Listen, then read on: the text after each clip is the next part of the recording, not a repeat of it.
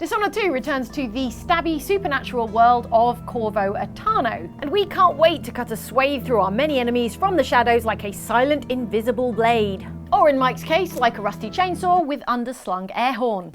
You aren't going in! If you're as psyched as we are for more Dishonored, then you might be interested to see these new things you can do in the sequel.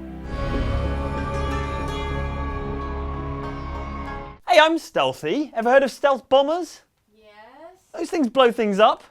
I rest my case. But coming back to Dishonored 2 and what you can do in it, you can now play as Corvo, the royal protector and hero of Game 1, or as his daughter, Empress Emily Kaldwin. Emily. You look tired, Father. Every year, I think the anniversary of Jessamine's death will be easier. You probably remember her as the little girl from the previous game. So we assume the canonical ending wasn't the one where we let her fall off a bridge.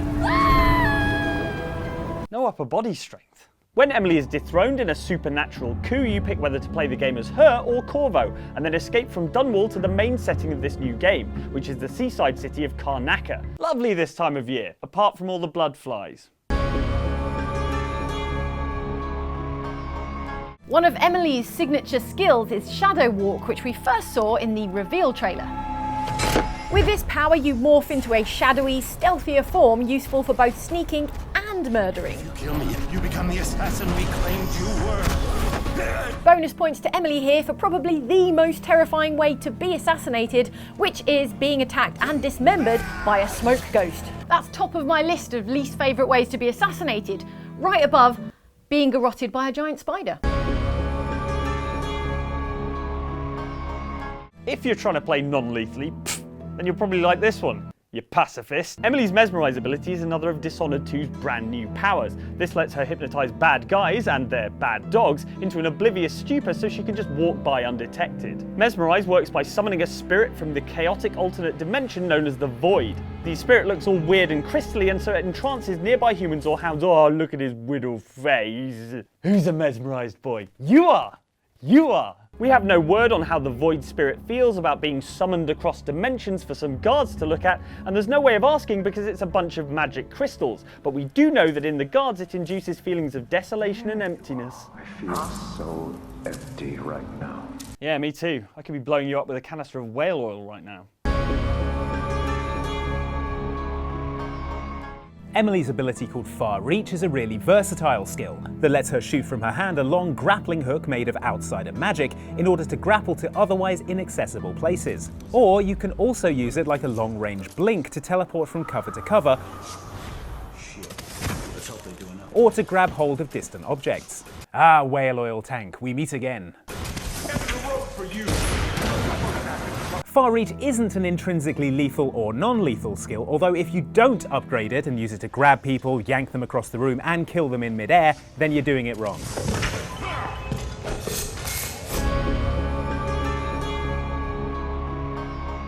When you're a dethroned Empress, money can get pretty tight. And if you want to kill everyone in the city of Karnaca with expensive high-tech gadgets without selling off the crown jewels, you're going to need maximum bang for your buck. Here's where Emily's new skill, Domino, comes in. This power creates a telepathic link between human targets so they all share the same fate, whether that means dying together or being knocked out together, although it doesn't have to be via the medium of stun mines. Still, saves you a lot of money on stun mines, is all I'm saying.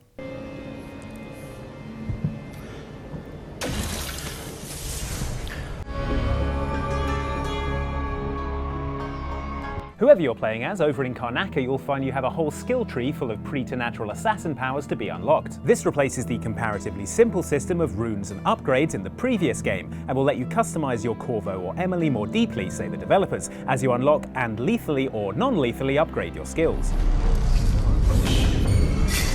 And though Corvo's skills will be familiar to those who played the first game, the new setting allows for some new variations, such as being able to fly when you possess the aforementioned bloodflies, opening up the entire level for exploration. And of course, Emily has a whole new bag of violent, shadowy tricks of her own. Speaking of,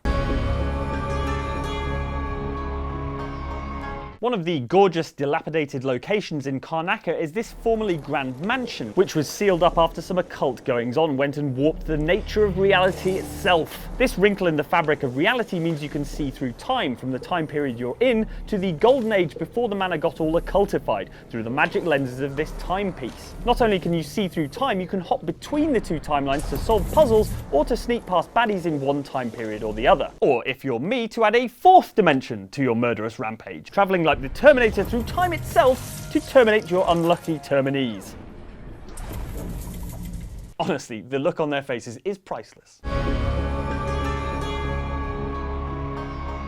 In contrast to the Time Warp Mansion, Karnaca's Dust District is dustier than the bit of shelf behind my Xbox. And the Dust District and Dishonored 2's weather effects come together to produce this level, where the high winds mean the place is intermittently whipped by violent sandstorms. I say sandstorms, it's actually dust from the local silver mines.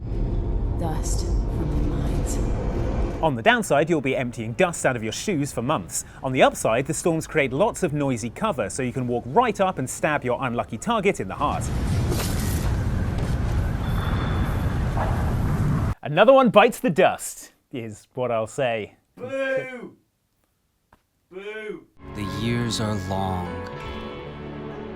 but it's always good to see a familiar face.